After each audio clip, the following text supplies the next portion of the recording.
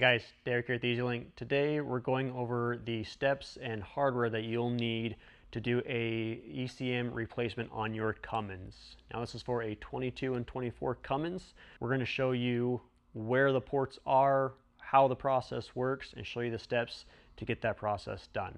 So for starters, we've got our Cummins diagnostic cable, we've got our Auto Agent 3, and then we've got our Cummins SGM cable. Well, let's get started by plugging the Auto Agent 3 in, connecting to the app, and then we'll show you where those ports are. Now to start, we've got our Cummins diagnostic cable. We're going to connect it to the Cummins weather pack connector, and then we're going to run it over across the mirror and into the vehicle.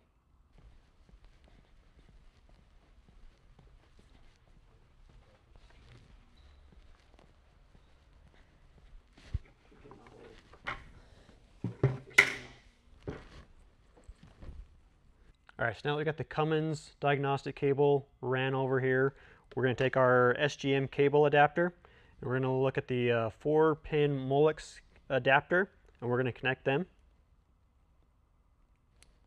And then with our Cummins, or with our SGM cable, we're going to look for the CANstar connectors up on the driver's side kick panel, and you're going to find just an open port on that cluster. At that point, you're going to take the Auto Agent 3, connect it to the end, and then connect with the OBD port to the diagnostic port.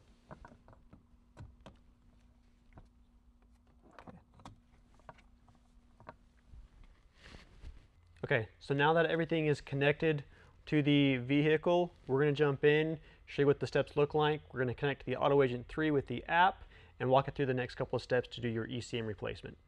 All right, so now that we're in the truck, we're going to connect to the Auto Agent 3.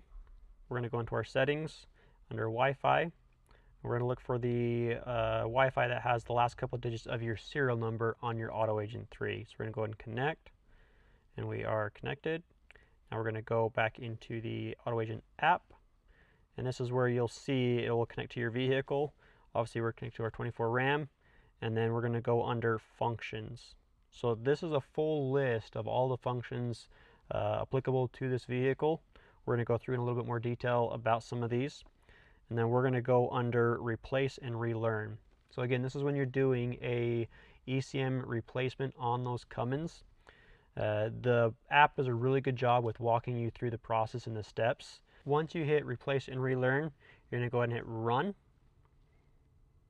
and this is going to walk you through the process on replacing the ECM for you guys. So this video again was here to help you guys see the cables that you need, where those ports are at, and how EZLYNK is able to help you guys replace those ECMs in those times of needs. I hope this helps you guys. Stay tuned for more.